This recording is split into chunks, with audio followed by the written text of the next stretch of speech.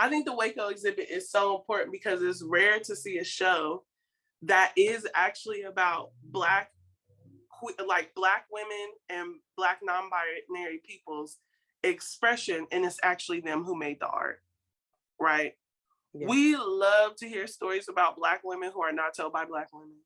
And I'm just like, so why? Why is that? So, and it's curated by Black women, right? Like, so I think it's really important for that. It's offering up the question of how do we see ourselves, and then allowing people to see that through our eyes. What's up, everybody, and welcome to the Queerly Blax Show.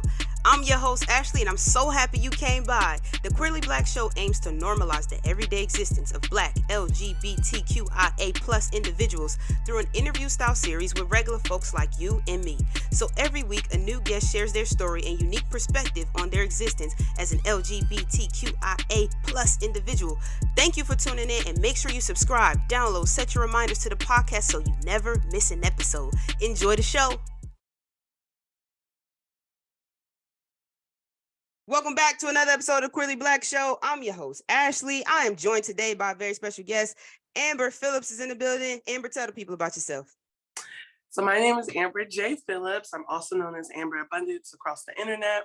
And a little bit about me and why we're diving in today is I am a writer, a storyteller, and a filmmaker. And my goal is to basically tell these Black queer radical stories through the lens of being a Black girl from the Midwest, specifically Columbus, Ohio. Stand up. Right. Yeah, and I'm excited to be here today. Thank you for having me. Awesome. And I'm happy to have you. I'm happy to highlight your story, the work that you're doing. But before we get into all that, we got to go back to the beginning. When did you know you liked the ladies? Well, I would say, when did I know I liked the ladies? It's such an interesting question now because my preferences are definitely based on just Black queer people, period. Ladies are not. It took me a while. I didn't really come out until I was 29. So wrapping up my Saturn return is when I was like, you know what? I'm tired of allowing my family to dictate how much I share and don't share, especially as someone who tells stories. You know what I mean? It's like when you're not out or when you're not living in all of your truth or these big truths, it's hard to access your funniest self, your most artistic self. So I really started my coming out process in Washington, D.C. I moved there. I went to Howard College. Okay, congratulations. Yeah. You know, y'all Howard students. HU. Y'all Howard students. Yeah, I had a good time. And that's one of the things I've noticed about being in LA. For folks who have not been, queer Black folks specifically, who have not been to DC, I'm always like, you have to go. Like, you have to go, get your gay chocolate life. Like, it was the greatest place to realize, like, oh, I'm not no boring ass heterosexual.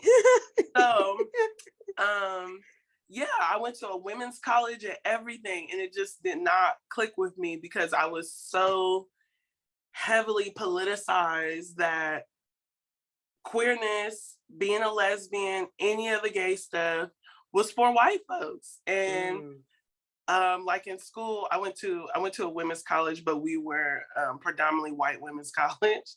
And, you know, I was watching Ellen, helping with the coming out. And I was an RA. So this was the time of the Justin Bieber cut and like helping a bunch of folks through that. But I never really saw myself in it until I moved to DC and hopped in a very tumultuous relationship that I'm still very grateful for because it did give me the courage of, well, it gave me two insights. There's what you can be when you're not out and dating and having sex, which I feel like a lot of Black queer folks, we do make the decision to like basically fuck in private or in secrecy. Yeah. And, or you can choose to be who you are and allow everyone to kind of meet you in that moment. So it was a journey, but I would never look back because the ghetto, okay? Yes. Yeah. Yes, the ghetto. When it's very difficult, obviously, for um to have a full expression of yourself when you are not able to express it, because of Right, the nuances of who we are as people. Like, we're not a monolith. We are all different. We do all have, diversity within ourselves, not right, just our complexion, not just the fact that we're Black, right, but complexity within our upbringings, right. our spirituality, the people we date, the things we do, our schools that we go to, our environments that we grow up in, that all make us unique. One thing you talked about that I think is interesting is queerness being reserved for white people.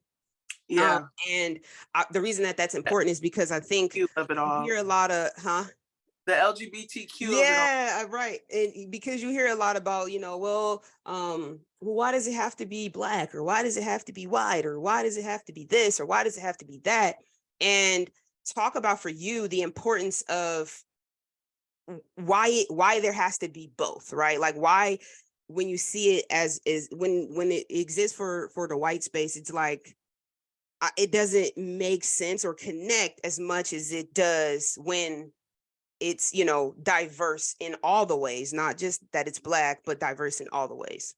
Yeah, well, my specific entry point is Blackness. I'm no longer in the business of explaining why it's important for white people or why it's important for non-Black people, because we know that the reason why I wasn't able to see myself in it is because of anti-Blackness. Mm-hmm. And that's across any space that you're in. That's in politics, that's in art, and of course that's in desirability. So until you deal with, for me, again, this is a very touchy topic, Yeah. for queer folks here in LA who believe that you do not have to interrogate your desirability politics as long as you're gay. And that's not enough, right? Like, if you are moving through the world where you're only dating white folks, or you're only dating skinny folks, or you're only dating people who fit into this very limited idea of what beauty is, then I would, to me, that's like, I won't say it's not queer, but there's more. Yeah. There's more in interrogating why you like what you like. And it's not just about like you liking what you like. You know what I mean? It's political. We're Mm-hmm. all, if we're politicized to be straight, imagine what all is coming with that. If we're Mm-hmm. politicized to not love Black people, to not love ourselves, that's not just in how you engage with people at the store. It's in how you engage in building your life, right? So for me, it's important specifically to center Black queer folks because we know that there's a lot of work for me not to see myself in it. Yeah. So I need to see Black people love each other. I need to see Black femmes love each other. I need to see Black masculine folks love each other and non-binary folks love each other, so that I have an image that this is actually normal. This is something that we all have access to. And what I knew for sure, especially because I was raised very Baptist Christian, again in Columbus, Ohio, right? What I know for sure about my sexuality and why it's important to center Black folks is that there's a lot of work done to get us to hate ourselves, like, period. So why wouldn't, and because I was raised Christian and really only saw my life as dating men, that was already so limiting. So I didn't want to bring any of that shit into my queerness. Like, if I thought that I could only be a wife or I could only be a mother and that was the most important thing, why would I recreate those same things in my queer relationships? Which unfortunately is one of the things I wish Black queer folks talked about more. Like, sometimes we can get into our silos and recreate the same things that we don't like about heteronormativity. So personally, and in the art, it's about breaking all that down for me. Yeah. Yeah. No, I love that. I think it's definitely a continuous conversation of like Mhm. where we're going. And you make a great point about, the politics of it all, just, obviously seeing all the different bills and just like, Right. it's like, why are we in people's bedrooms? I don't even understand this right now. I don't even I understand don't why are we in know people's why white are relationships. so obsessed. Yeah. Um, so talk about your artwork and how you became a creative. Because you do everything. You do it. You're very, very, very creative. lots of different tranches in the creative space. So talk about your journey. Yeah, so I always say the Black church was my original art school because you had to sing, learn how to pray, put on a Christmas performance, like just a lot was going on. So to me, my artistry was about returning to my creative practice beyond these kind of like limited institutions. Like I stopped doing art for a big part of my 20s when I went to college because I was politicized by Hurricane Katrina. I saw that and it really clicked with me like, oh, this country is really treating Black people different regardless of um, regardless of if they work hard or not. Like we don't respect Black people here. And so I went into social work. I did major also in cultural studies and African American lit, but I worked in DC politics for a very long time. My big goal was to work at the biggest women's rights organization in the country. I did that. I hated it. Then Trump came into office and this was around the time where like, Scandal was out. So people are on Twitter live tweeting things. You had a lot of comedy writers like Very Smart Brothers and Lovey Ajayi and feminist blogs. And but then we also started to see people use Twitter to basically protest.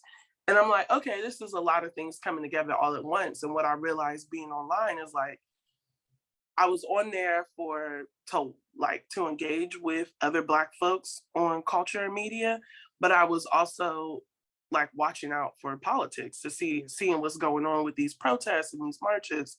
And I realized like people consume politics and culture at the same time. And in order to do that, well, for me, it was about if I'm going to go into doing my artistry, I also want to have it. I want it to have a political lens. I want to be able to express myself in that way, but I want it to be super creative. Like in DC, the bar in DC politics, I would say DC is very creative. Like if you've ever been there, like the music on the street and go-go and dances, it's just an amazing place. Hopping off the metro, like, hey! Literally, there's the Metro PCS store, like it's amazing. And there's a lot of Black queer artists there, like Boom Sky and Black Metro PCS store. I just picked that up. Yeah, the Metro PCS store. Yes, they literally blast go-go music all day off the corner. But in DC politics, it was like the bar for creativity was in hell. So I just decided like I needed to start to express myself differently if I wanted to reach people. And the second I started doing that, it was resonating. Like I ended up being on the Breakfast Club because of some tweets that I wrote. And it was the first time like people from my hometown understood what I was doing in DC. Like my whole family thought I worked for Barack Obama. I did not. Like I was just living there.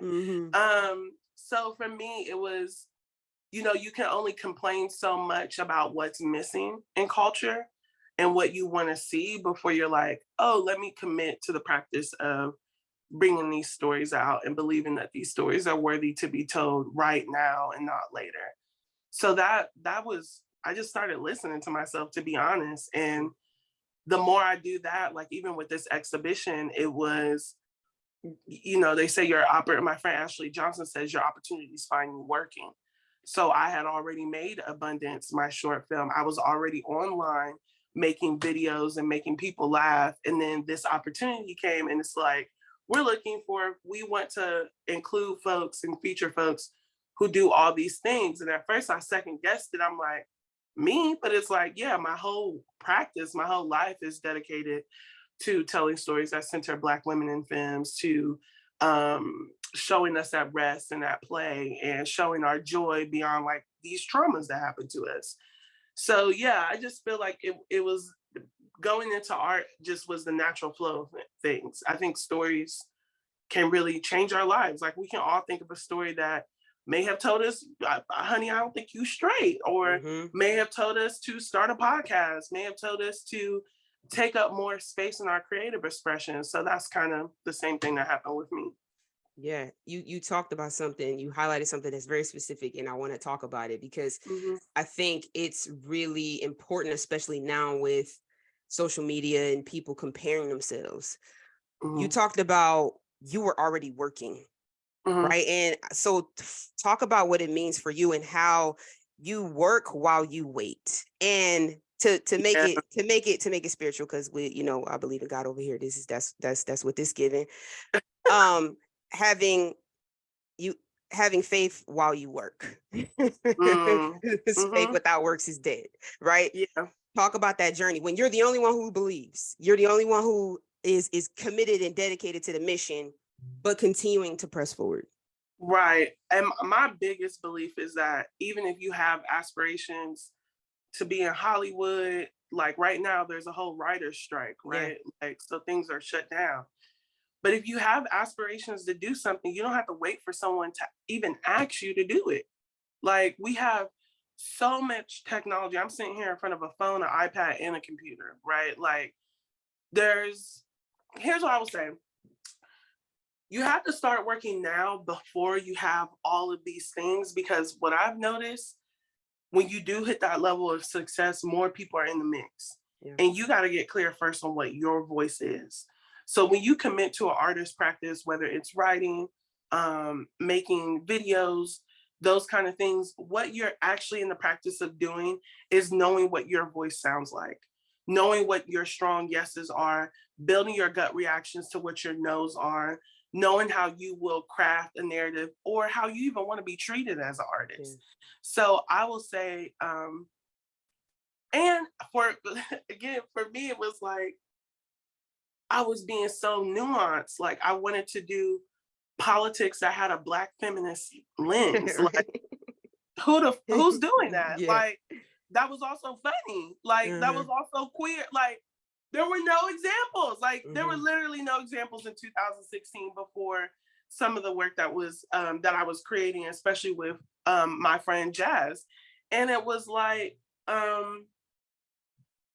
especially for Black queer women, like, no one's really uh working really hard to make sure we're on television or to make sure we're making music, you know? Yeah. So that doesn't mean we shouldn't be making it. Right. So I think when you start to do that before for yourself, when you start to allow that story to hit the paper for yourself, then you will personally, because I know I personally got to a point where I'm not about to hold this in. I'm not about to be so precious with this when I know that this is my calling and this is my passion.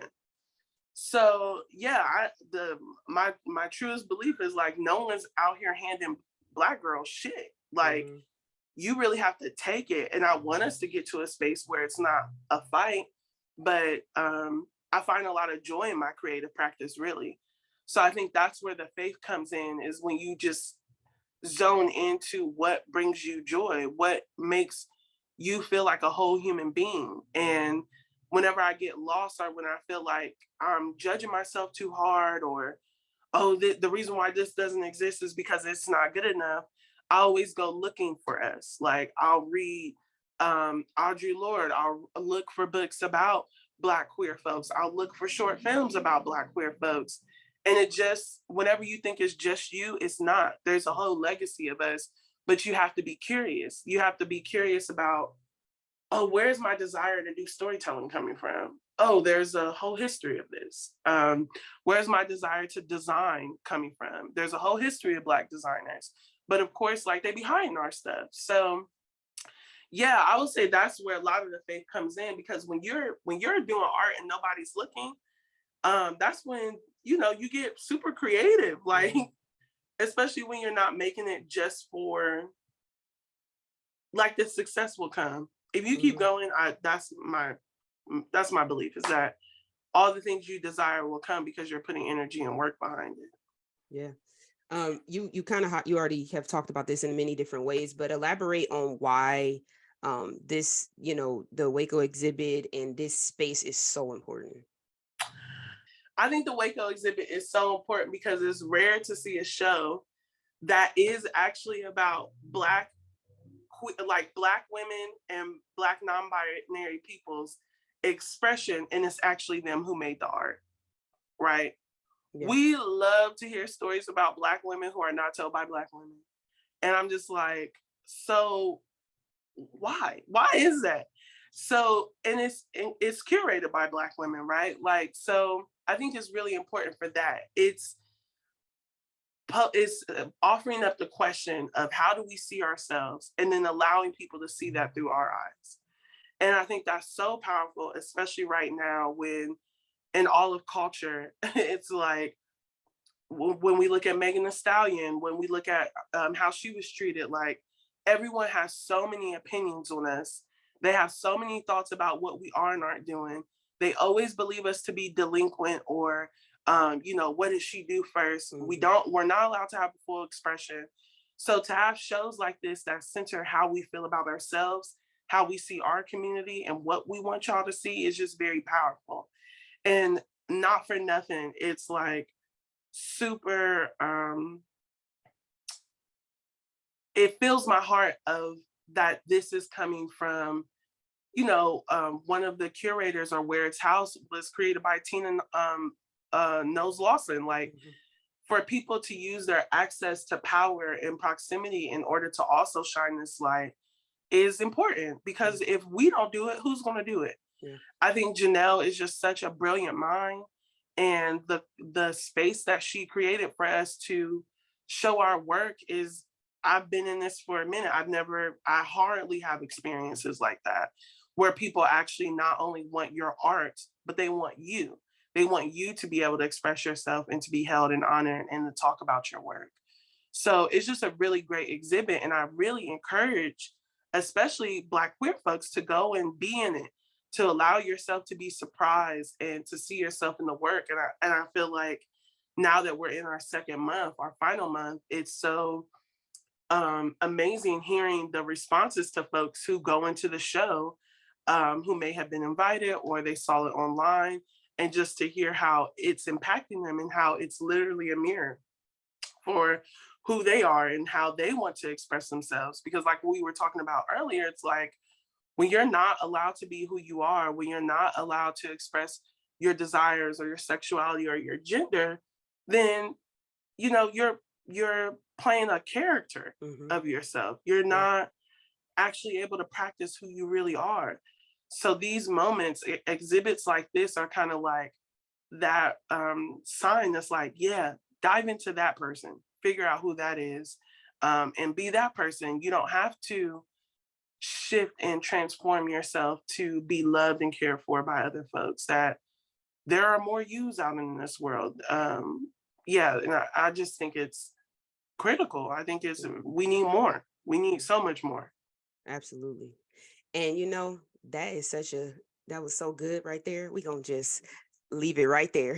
Oh, So thank you so much, Amber, for coming and talking to me. And for all the work that you're doing, holding space for Black queer folks, expressing us and through your lens. Super, super grateful for that. And y'all already know, man, this is another episode of Queerly Blax Show. I'm your host, Ashley. I'll catch y'all on the next one. Peace.